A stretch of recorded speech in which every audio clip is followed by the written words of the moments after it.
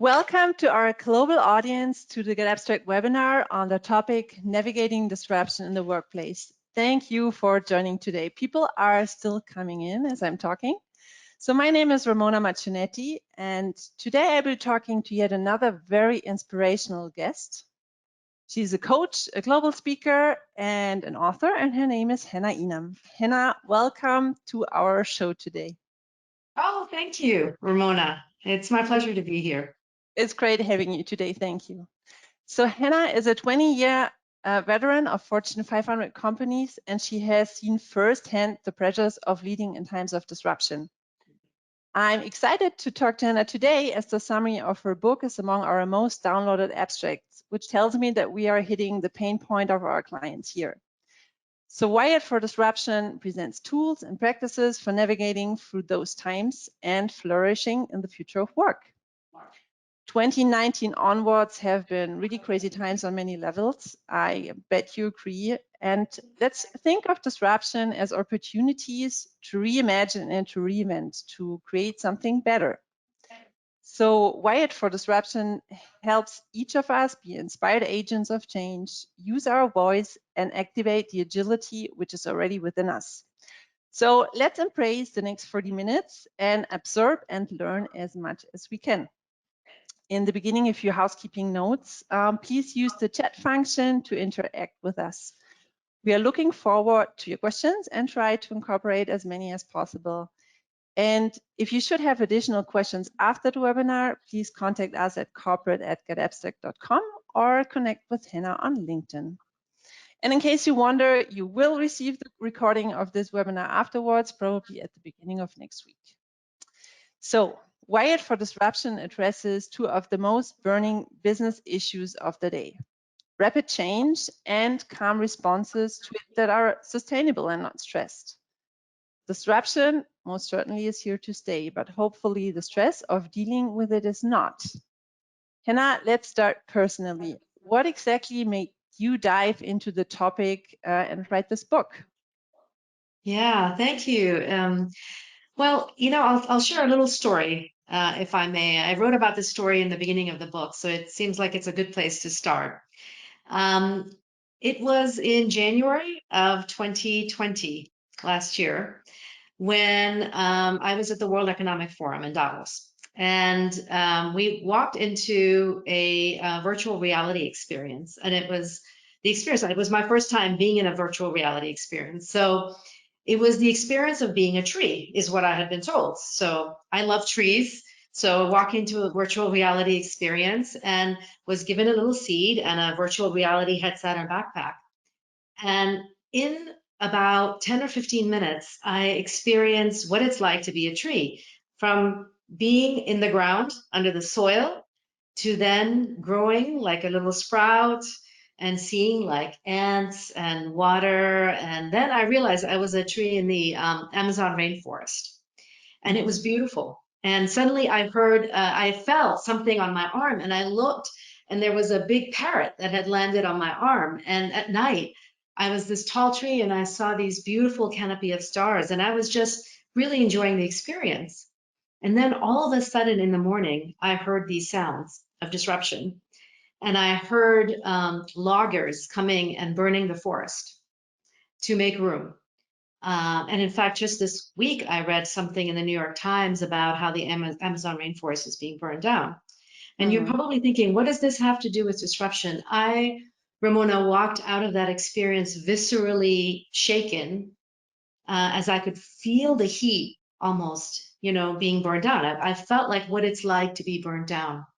And I walked out and I thought, wow, I had a kind of a knot in the pit of my stomach. Like, what am I doing? We are in times of incredible disruption.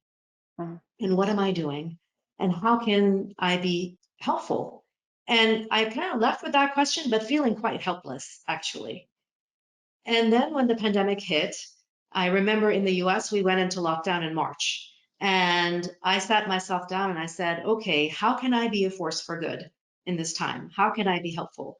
And I thought about, what are my strengths? What are the things that energize me? And what does the world need from me? Those three questions. And I thought, well, I know a lot about leadership. and I have connections with people who are fantastic leaders. And I'm going to use this time when we're all grounded and sitting in our living rooms, and I'm going to write a book about how we already have within us the seeds of agility, and that we just need to activate those. And so my goal in writing the book, Wired for Disruption, was to share the 5 shifts in agility that we all need to make as leaders in order to lead and evolve ourselves in times of disruption. And there are 15 accelerators or tools that people can use that are very, very practical. Mm-hmm. Wow, thank you for sharing that very personal impression that you had there at the forum. So you point out in the book that in a work environment, such things as knowledge about neuroscience play a very important role. You mention that you can train your brain to recognize your physical and mental response when you feel challenged or threatened. Could you explain on like a psychological level what happens to us when we confront something unexpected or challenging or even threatening? Yeah, so any kind of disruption creates a threat state in the body. So this is just the way human beings have evolved, right? The reason we survived as human beings, as a species, is because we know when we are threatened, and we can find a fight, flight, or freeze response. And that's in fact our first response. Before our thinking brain kicks in, we have a more instinctive brain in the back of our head that kicks in much before. And so what is true is that our brain doesn't know how to distinguish between a threat to our survival, like, oh my God, there's a lion coming and I need to run, and a threat to our ego's survival, which is, oh my God, there is a disruption. Am I going to lose my job? My customers and businesses, is going down. Or how do I respond? My health is at stake. There were all of these questions, right? That ambiguity is very hard for the brain to process. And so our brain and body goes back to that I'm being chased by a lion, fight, fright response, which I say, let's not kick ourselves about that, because that response helped us survive as a species. So let's give ourselves a pat on the back that we survived as a species. Now we have to figure out, how do I moderate that response? How do I appropriately respond, as opposed to react? And so the key here is becoming really mindful of our response. And there's a lot of research in that area. And so my book shares some of the neuroscience around it. Okay, so you're saying that we actually can circumnavigate that flight freeze response. You said that we have an innate ability to respond to disruption differently, like to switch to different modes of being, actually. How do we do that? What are some of your favorite practices for switching from a frazzled state of mind into like a calm state when it comes to widening the perspective? Yeah. So the book, as I said, shares very simple tools. That's what I really wanted to write, is something that was very practical for people, because as it is, our brains are kind of burnt out and disoriented, right? In the midst of disruption. So I wanted to write something very simple. And so there are 3 tools that I want to share with our listeners today. And the readers will get to experience those tools that have been tried and true with my coaching clients over this past year and a half of disruption that we've all experienced. So the first tool is very simple. It actually activates the parasympathetic response in our body. So we talked about the sympathetic, which is the stress response. There is actually a second part of our body, which is the parasympathetic response. And we ourselves can actually activate that parasympathetic response. And that we can do by taking 3 deep breaths. So touch your belly and feel it. Like everybody, I invite everybody who's here to just touch their belly right now, below your navel, and take a deep breath from there. Notice that rise in your belly as you breathe from there. And then take a long exhale, because the longer the exhale, the more it activates our parasympathetic, our rest and relax nervous system. So when you breathe deeply, it automatically tells your body you're safe. Everything is okay. And that allows your thinking brain, the more rational brain, to kick in. And so that's kind of the first response. The other response that I really recommend, and it's true for ourselves, for managing ourselves, and also for managing others, is to bring compassion. So one of the things that I did is I wrote a very short book, but then I wanted to follow that book up with a series of podcast interviews with experts and leaders who are being fantastic forces for good in the midst of disruption, so that everybody in the audience here can listen in and be inspired and also get a lot of tips. And one of the people that I interviewed is an expert called Kristen Neff. She's an expert in self-compassion. And what she shared in our podcast interview, and the podcast is called the Transformational Leadership Podcast with Henna Inam. And what Kristen shared is that self-compassion has actually been shown to grow our resilience. It actually helps us rebound and become stronger in the face of challenge. And she showed a very simple practice. We talked about that in the podcast, and I'm going to show it here for everybody. So take your hands, everybody. Take both hands. I'm trying to figure out how I can get both hands on screen. Okay, and put them on your heart. And you can keep your eyes open or close them, and just say, "This is a difficult moment." Difficult moments are part of being human. May I be kind to myself? In that moment, what you're doing is you're offering yourself compassion. And by offering ourselves self-compassion, it has been actually shown to help PTSD victims. It's been shown to be helpful in lots of situations. In fact, the research shows that if you're a caregiver, and there are so many people in the healthcare field or are caregivers, that actually when you practice self-compassion, it helps you extend compassion for other people, so that you can be a much more compassionate manager when somebody who is dealing with, a personal issue or even a challenge in the workplace comes to you. And I'll share with you a little bit later more research why it makes sense to show up in that way. The third tool is what I call the mind story map tool.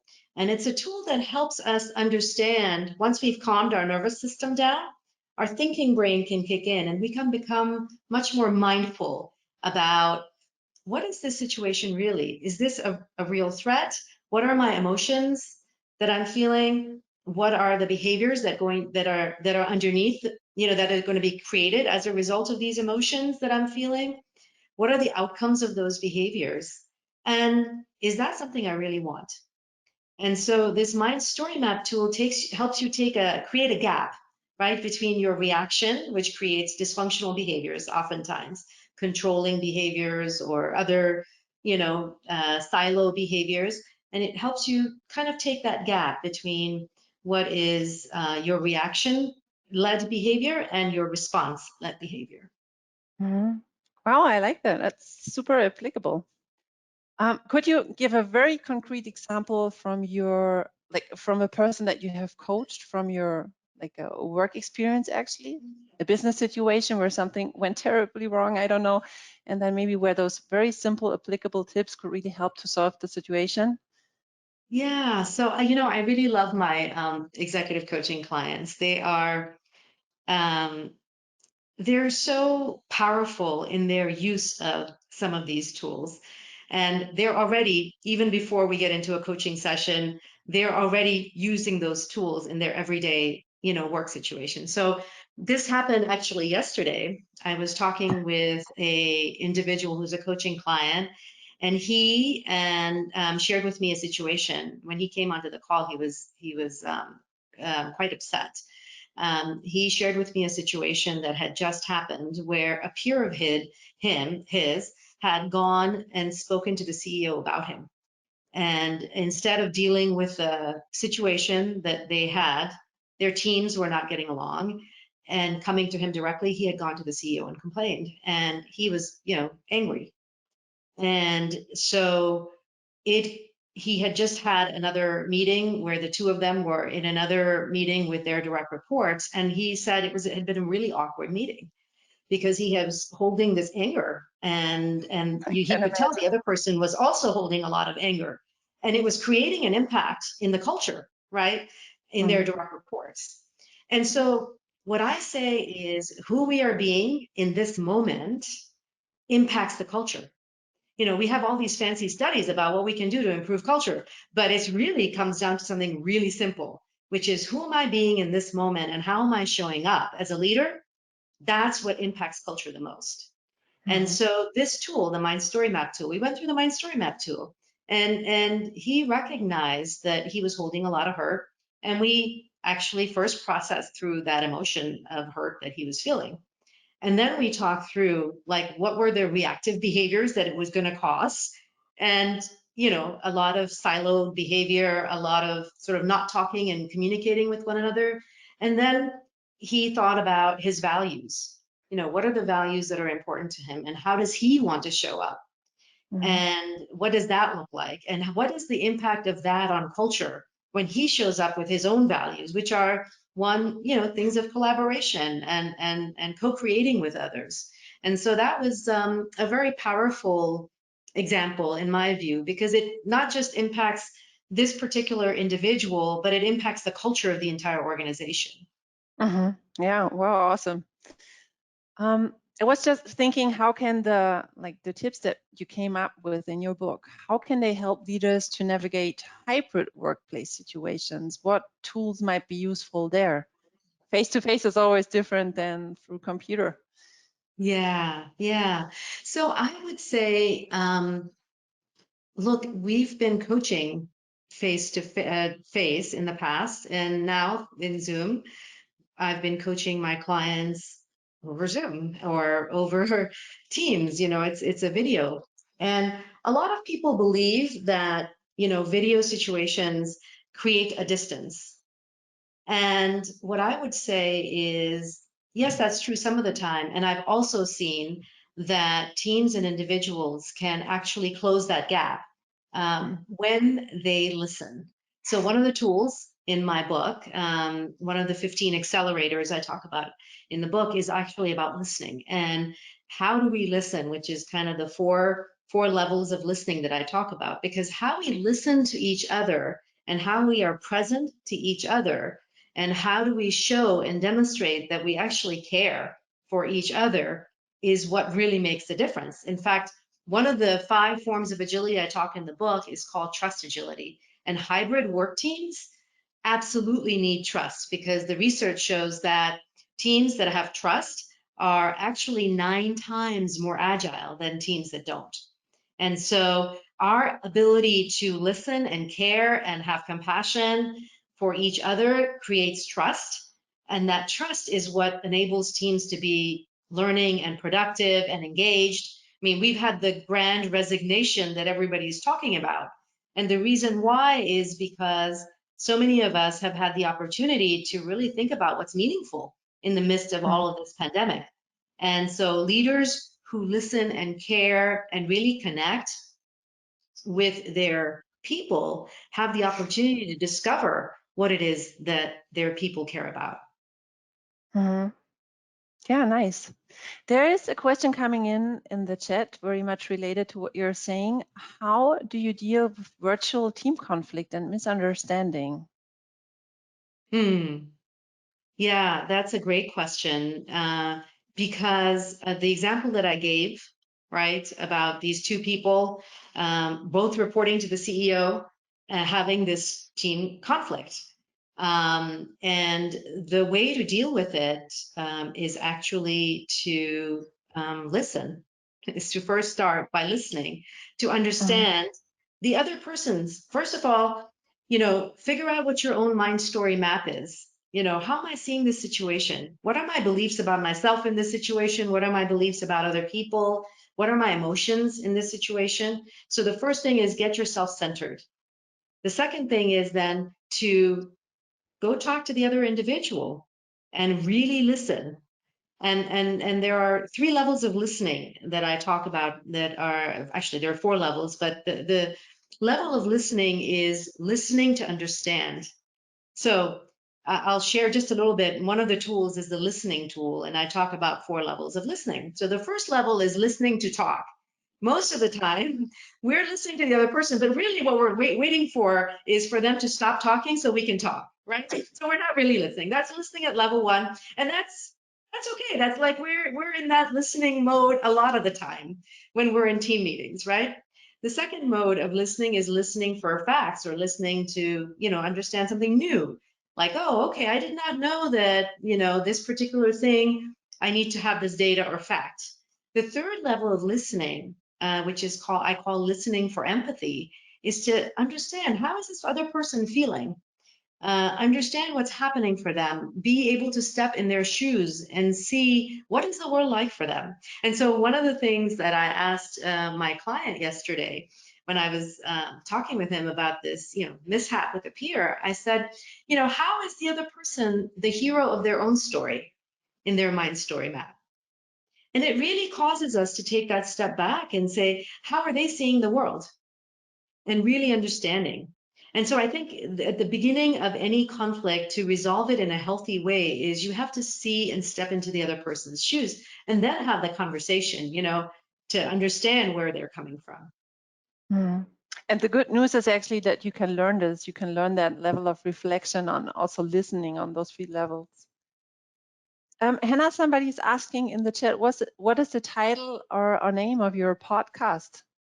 It's called the Transformational Leadership Podcast with Henna Inam. And it's on all of the different, podcast platforms that are out there. So Cool. just look for it. Okay. What can leaders do to support team members who feel like paralyzed by the disruptions in their workplace? Yeah. So people who just do not react, who really cannot reflect, who cannot listen, who seem to be stuck. Yeah, yeah. And by the way, I would say that, our first often instinct is to judge those people, right? It's like, why can't you react, the way I want you to react, right? But again, there's some fantastic research, and this is research that I was really excited to discover. It's by Dr. Richard Boyatzis. He is a neuroscience researcher for 30 years. He's done brain scans and fMRI studies of the brain. And in his book, he's got a fantastic book called Helping People Change. He also was on my podcast. So if you're going to listen into the podcast, check out the podcast episode with Dr. Richard Boyatzis. In that podcast, what we talked about is the fact that our brain actually has two different networks. There is an analytic neural network and there is an empathic neural network.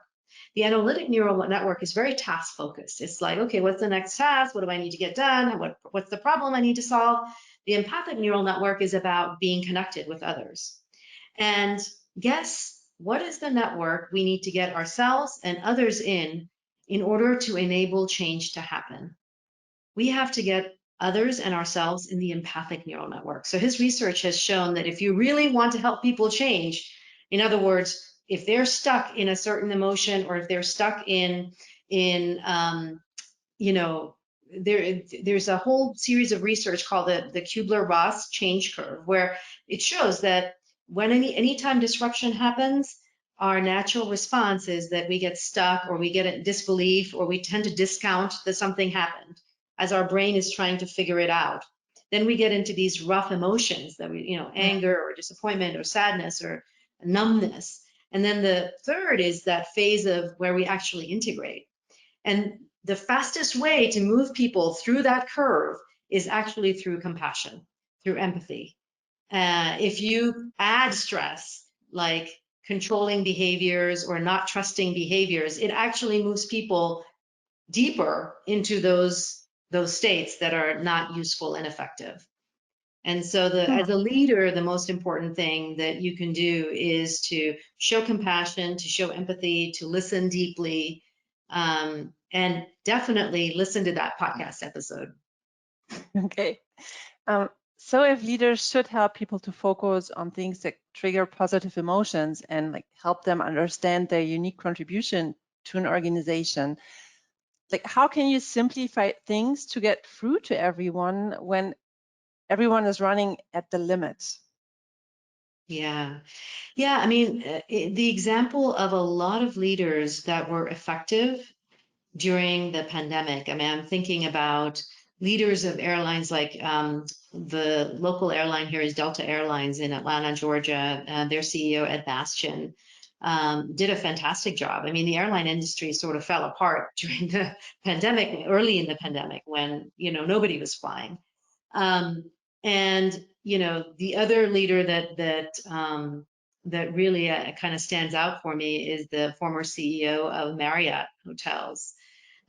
He died recently, passed away. But their way of handling the pandemic was clarity, right? So you may not have all of the answers. In fact, in the pandemic or in any form of disruption, to pretend like we have all the answers actually creates mistrust. It can lead us in the opposite direction of where we want to go. So as leaders, the first and foremost important thing for us to do is to connect with our people. Our connection is really important, to reassure them and then to lead them with a level of clarity. Now, what I will also say is a leader's job is not to be the expert, particularly in times of disruption. We want experts around us because we want the right answer. But in disruptions, there is no right answer yet, right? Because we haven't quite figured it out yet. Everything is changing so rapidly. So what we need from leaders is to be curious, to be humble, to grow other leaders, to co-create, and to create an environment where it's not about did you fail or did you succeed, it's how did you learn. Great message, I love it. Someone is commenting here in the chat that it's a she, thinks that trust is very important. Do you think trust is a skill? I mean, can we develop our ability to trust more in other people? Yes, absolutely. Absolutely. I would say that trust is an essential skill. It's not just a skill, it's an essential skill, particularly in the hybrid workplaces of the future. There is one of the tools that is in the chapter on trust agility is a tool called the Trust First tool. And it's actually based on neuroscience. The tool actually helps you identify the places where you don't trust people and what are your belief systems. So the good news is our belief systems are inside of us, right? And so we have some control over them. And we can change our own mind and heart in order to trust people. The neuroscience of this suggests that we have, through mirror neurons in our brain, the ability to actually, when we trust somebody first, they actually become more trustworthy, right? So there is a neurochemical that's released in our brain called oxytocin, which is the connection neurochemical. And when that is released, there's already trust within us that it is mirrored by other people. And so they've done lots of social science studies that suggest that when we trust somebody and they know it, it actually helps them become more trustworthy. Get it. Thank you. A question from my side. What kind of organizational structure can help people tap into their innate agility? Talking about like the organizational level. Yeah. So I think in my view, the culture of any organization is simply the behavior of its leaders. If you look at how the top person, the most powerful person in an organization is behaving, you will know what the culture is of the organization. And so first and foremost is to manage yourself and your own behavior. The second thing is to create an organization, particularly in times of pandemic, to creating a culture that is a culture of learning. Because as I said, in the pandemic or in disruption in the future, whether it's climate disruption, we're seeing a lot of that now, whether it is health, related to the pandemic, whether it's digital disruption, obviously we're seeing a lot and the future will bring even more disruption. Changes in job roles, many jobs are going away and many new jobs will be getting created. I think we as leaders need to create cultures and create capacities within ourselves to learn, to be curious, to help others learn and co-create with them. I think those are going to be the critical skills and behaviors that are going to be required. Mm-hmm. Okay, I think I read somewhere in your book that agility is to be understood like a muscle that you can build, correct? Correct. through consistent practice. One has to. Correct. You have So to lift, right? In order to make your muscles stronger. we have to make the effort for sure. So what are some everyday practices individuals and teams can implement to strengthen the networks associated with agility?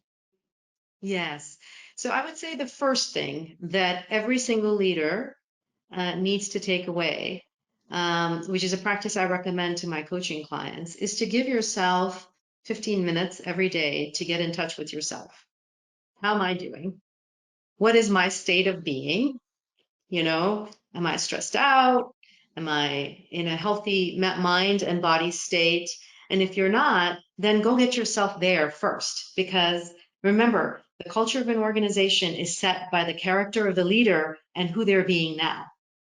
So that's the first place to start, is to take care of yourself first. Now, the second thing I would say is anytime, and this includes in virtual situations, when you are connecting with a team member in one-on-one or in the team, is to check in with them. It's a simple habit to get in, to say, how are you? And not just, well, how are you? And here's our agenda topics, right? It's how are you? And really get to know what's happening in their lives, because our personal and our professional lives are melded. And then listen at level 3. Like, don't just listen at level 1. Listen at level 3, because that in itself creates an environment of trust where the person can open up and you can learn about what is happening to them, what is meaningful to them, what are the challenges that they're faced with. And that, I promise you, that will help you be a much more effective leader. So many people believe they don't have the time for that. And I would say you don't have the time to not do that. Mm-hmm. Yeah, awesome. Let me pick up another question from the chat. When there are two tribes on the same team that only trust those within their tribe, how do you navigate them through change? How do you use your leadership above you to assist? Yeah, that's such a great point. I often find that oftentimes silos exist because the leader in the organization isn't doing anything about them. Mm-hmm. So I would say,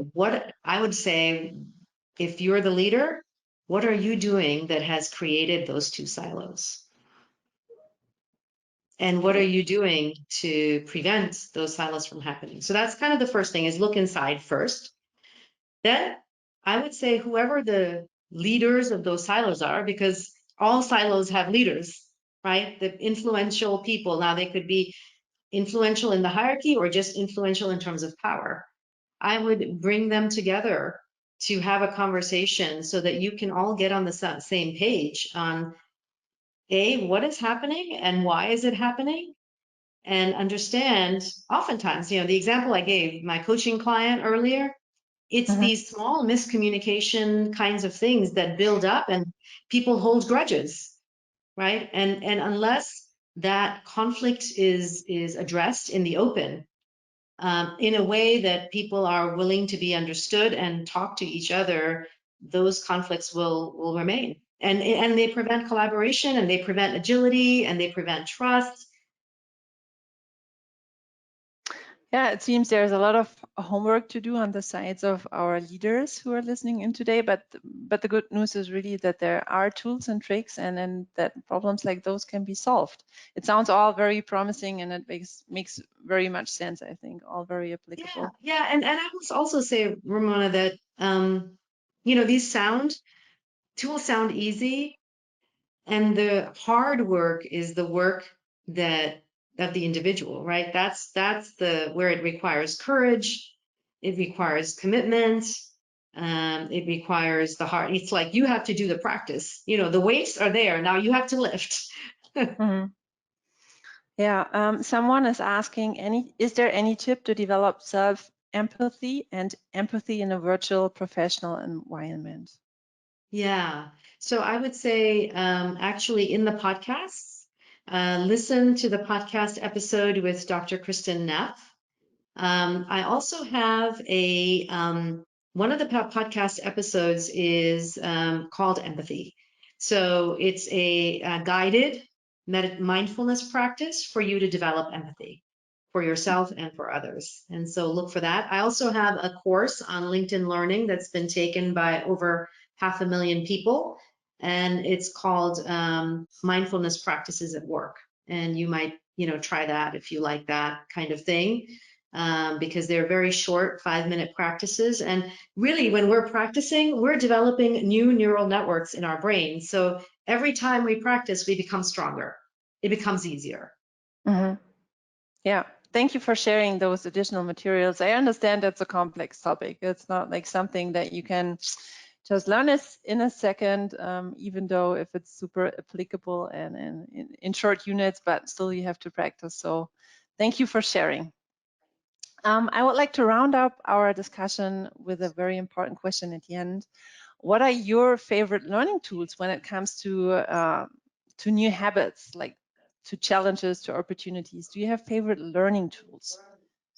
Yeah, so I would say that, learning happens at various levels. So a great learning tool, for example, is getAbstract, right? It helps you learn new knowledge and in a very rapid way, right? So that's one learning tool. The learning tools that I think are going to really serve us in times of disruption is then taking that knowledge and going a bit deeper into practice. And it's the practice that helps embed these tools in who we become as leaders. So to me, a great tool for learning is a daily journaling practice. And this is, 10, 15 minutes. I do this every day. I get up really early in the morning and I practice this tool. I sit down and I start with what's present for me now? Like, how am I now? How am I doing? What's happening to my energy? And then offering myself self-compassion if it feels like, yeah, I'm dealing with these really rough emotions right now. And then centering to say, what's my vision for my ideal day today? And what does that look like? And who do I want to be today? How do I want to show up?